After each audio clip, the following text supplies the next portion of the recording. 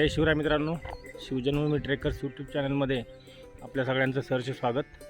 आज आम्ही आलेलो आहे एक ॲडव्हेंचर ट्रेक तैलबैला ट्रेकला. फ्रंट वॉल क्लाइम्बिंग माझ्या पाठीमागे आपण बघू शकता. हा तैलबैला किल्ला आहे. रात्री 2 वाजता या ठिकाणी पोहोचून आम्ही या पाठीमागच्या हॉटेलमध्ये इथे आराम केलेला आहे. इथे राहण्याची व जेवणाची सर्व सोय होते. त्यानंतर लोणावळ्यावरनं या ठिकाणी येण्यासाठी ST बससुद्धा आहे आणि प्रायव्हेट आपल्या कारने आले तर अतिशय उत्तम. पाठीमागे असलेले डोंगररांग,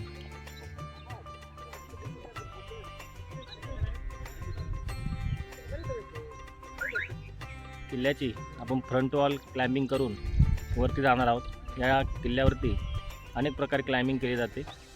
मध्ये दिसणारी V आकाराची असणारी खाच आणि झेंडा दिसतो मला माहीत नाही. त्या ठिकाणी गुफा आहे आणि स्थानिक लोकांच्या ठिकाणी काही देवदेवता आहेत. आज आम्ही SRA ग्रुपसोबत हा ट्रेक करत आहोत आणि SRA ग्रुपचा व्हॉलेंटियर सुनील भाऊ, जय शिवराय. जय शिवराय. कोकण मोहिमेमध्ये माझ्याबरोबर होता. आम्ही 22 किल्ले कोकणातील पाहिलेले आहे आणि अनेक ट्रेक आम्ही सोबत केलेले आहे. आजही पण सोबत तैलबैलाचा ट्रेक कंप्लीट करत आहोत. तैलबैला गावातून दक्षिणेकडे जाणारा रस्ता हा तैलबैला किल्ल्याच्या पायथ्याशी घेऊन जातो. रस्ता संपल्यानंतर पुढे मळलेली पायवाट आहे. ती पायवाट आपल्या किल्ल्याच्या पायथ्यापर्यंत घेऊन जाते.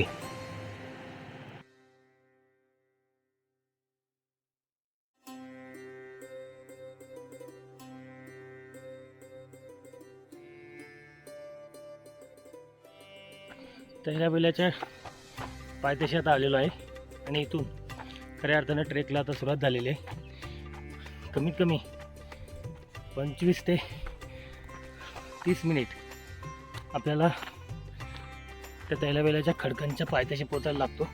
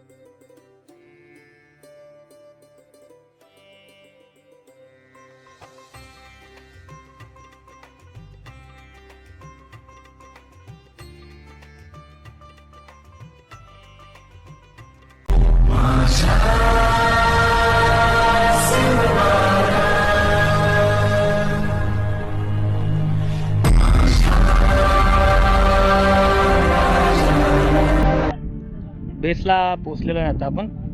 आणि हा जो आहे क्लाइम्बिंग फ्रंट वॉल कॅम्पिंग 250 फूट उंच.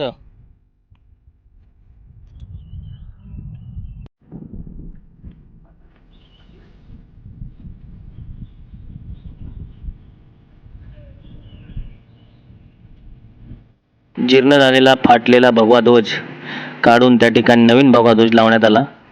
आणि हा भगवा ध्वज जेव्हा वाऱ्यावरती फडकतो तेव्हा काही मिळो ना मिळो पण आत्मिक समाधान नक्कीच मिळतं.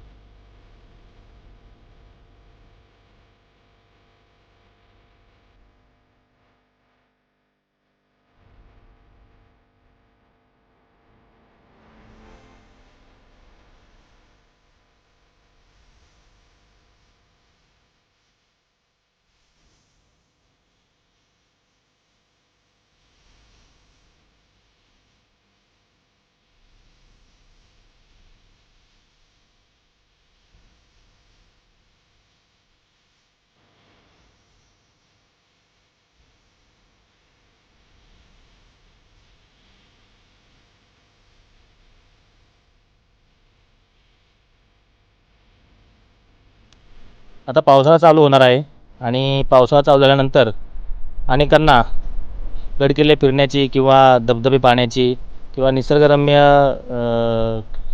घाटवाटा असतील, डोंगर असतील, या ठिकाणी जाण्याची उत्सुकता असते किंवा हौस असते. परंतु हे सर्व करत असताना आपण यासोबत आणखीन काही चांगली कामे करू शकतो. घरामध्ये आपण जी फळं खातो त्याच्या ज्या बिया असतात त्या बिया असतील, त्यानंतर काही लोक सीड्स बॉल बनवतात.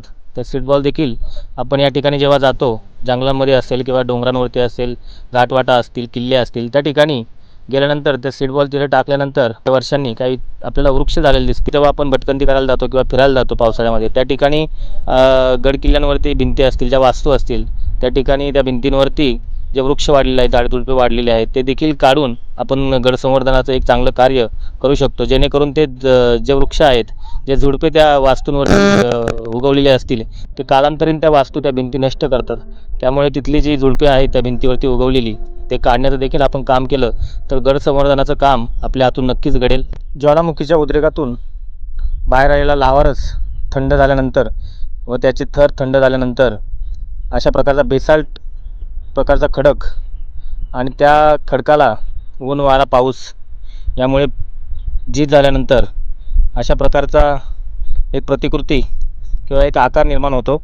आणि या तैलाबैलाचं जे भिंत आहे, या दोन भिंती पाठीमागे, माझ्या पाठीमागच्या बाजूला आपल्याला दिसत असेल, या दोन भिंती तयार झालेल्या मध्ये व्ही शेप असल्यामुळे या दोन भिंती आपल्याला लांबून दिसतात.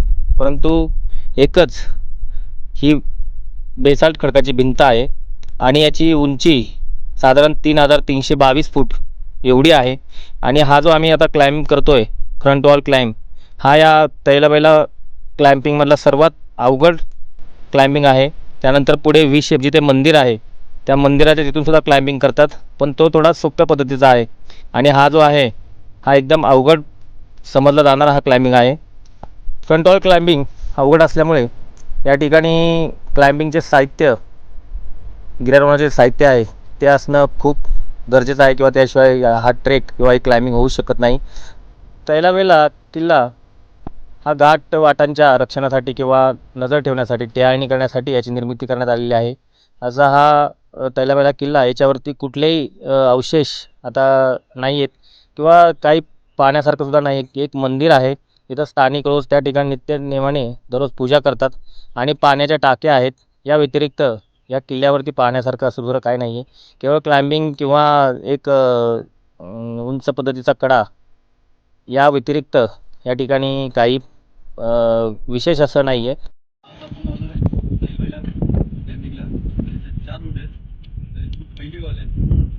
अवघड वर त्याच्या पाठीमागे दोन आहेत, त्या म्हणजे आहेत पण थोडी डिफिकल्टी लेवल याच्यापेक्षा कमी. फ्रंट वॉल ही आता आपण क्लाइम्ब करणार 280 फूट हाईट आहे याची. तर किंवा पहिला आपला तुम्ही बऱ्याच जणांनी केलेले, त्यांनी नाही केले त्यांनी बघा आत गॅरी येतो. ज्यावेळेस तुम्ही तिथे अँकर आपण दिलेला आहे, त्याच्यावरती एक जण आपलं मी उभा असेल, ते कसं चेंज करायचा. हा तुम्हाला माझा टॉप बिले आहे, हा बिले मध्ये इथे दिलेला, हा तुमचा झुमर आहे. हा झुमर तुमचा याच्यामध्ये जाईल, त्यावरती टॉप आहे तर हा याच्यामध्ये टाकला त्या फक्त वरती जाण्याचं काम करतो. तर बॅलन्स इकडे जाईल, इकडे जाईल, तर तुम्ही सेफ आहे. तुम्ही खाली येणार नाही, काय नाही, तुमच्या पाया तुम्ही येणार, बॅलन्स इकडे गेला, पायाने आपल्याला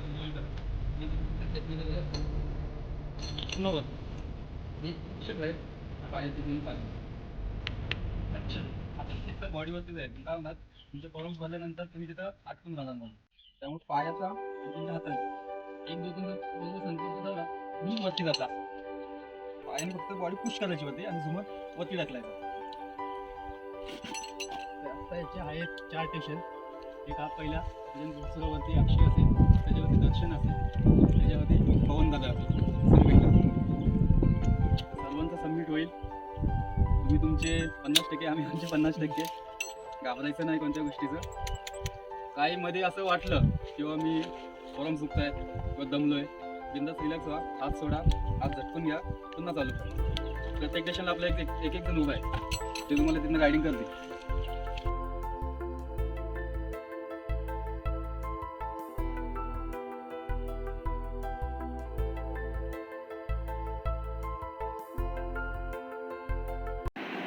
आणि आता सुरू झाला होता क्लाइम्बिंगचा थरार. पाहता क्षणी काळजात धडकी भरणारा असा हा क्लाइम्बिंग, परंतु अनुभव असल्यामुळे तितकासा असा अवघड वाटला नाही. तैलबेला क्लाइम्बिंगमधला सर्वात अवघड असा हा पॉईंट आहे आणि इथे तुमच्याकडून एक जरी चूक झाली तरी तुम्हाला जीव गमावा लागू शकतो, असा अवघड हा पॉईंट आहे. परंतु गाईड व्यवस्थित असल्यामुळे आणि गिर्यारोहणाचं साहित्य असल्यामुळे या ठिकाणी फारसं असं अवघड वाटलं नाही.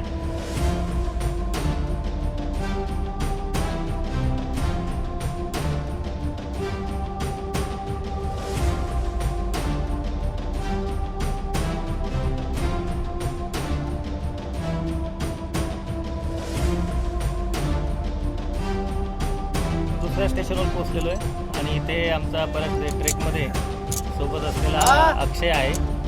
काय अक्षय व्हॉलेंटियर म्हणून इथे ठिकाणी काम करतोय. झुमर नाही आला.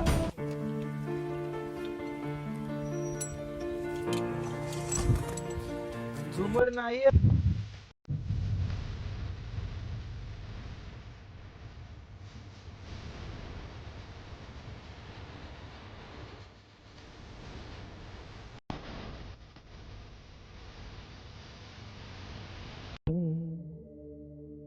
मैं रहूं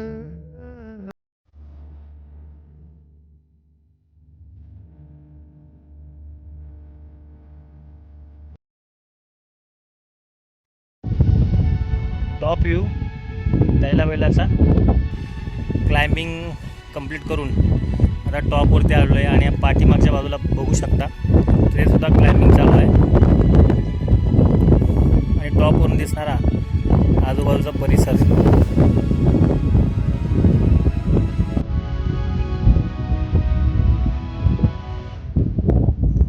पाठीमागच्या बाजू जो दिसतोय तो सुधागड आहे. त्यानंतर इकडे जो आहे तो सरसगड. समोर दिसणारा हा गणगड आहे.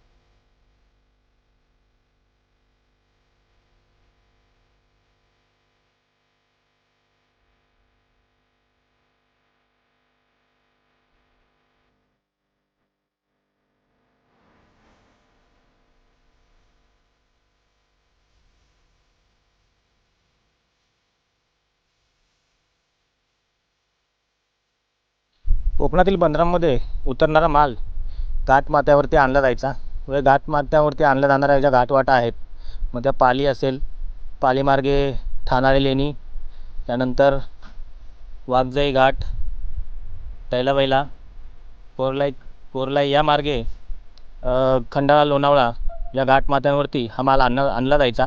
आणि या वाघजाई घाटमार्गावरती लक्ष ठेवण्यासाठी प्रामुख्याने या तैलावैला किल्ल्याची निर्मिती करण्यात आलेली आहे. त्यामुळे हा एक किल्ला म्हणता येणार नाही, एक टेहळणी बुरुज किंवा एक वॉच टॉवर असे आपण याला म्हणू शकतो. अशा प्रकारे कोकणातील माल घाटमाथ्यांवरती आणला जायचा. अनेक मार्ग होते त्यासाठी, त्यातले 2 मार्ग आहेत आणि या 2 घाटमार्गांवरती लक्ष ठेवण्यासाठी अनेक किल्ल्यांची साखळी या ठिकाणी तयार करण्यात आली होती. कोरलाई किल्ला असेल, तैलावैला किल्ला असेल, घनगड असेल, त्यानंतर सुधागड, सरसगड, त्यानंतर पुढे तुंग किल्ला, अशा अनेक किल्ल्यांची साखळी या ठिकाणी निर्माण करण्यात आली होती आणि त्या साखळीपैकी तैलावैला हा एक किल्ला आहे.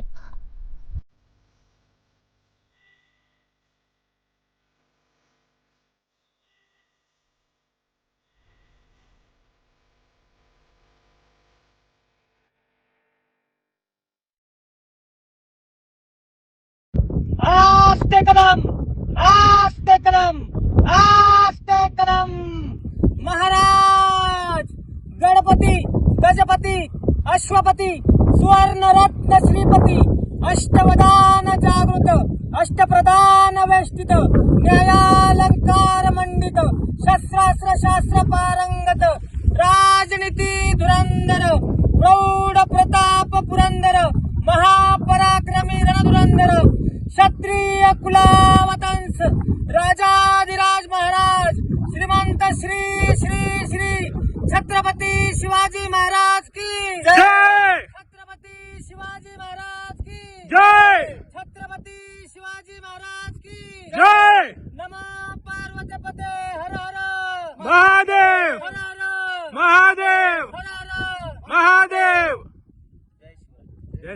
250 फूट क्लाइम्बिंग करत तैलबैला किल्ल्याच्या टॉपवरती जाऊन पुन्हा त्या ठिकाणावरून खाली रॅपलिंग करत खाली उतरलेला आहे आणि आमच्या पूर्ण टीमचा हा ट्रेक या ठिकाणी कंप्लीट झालेला आहे.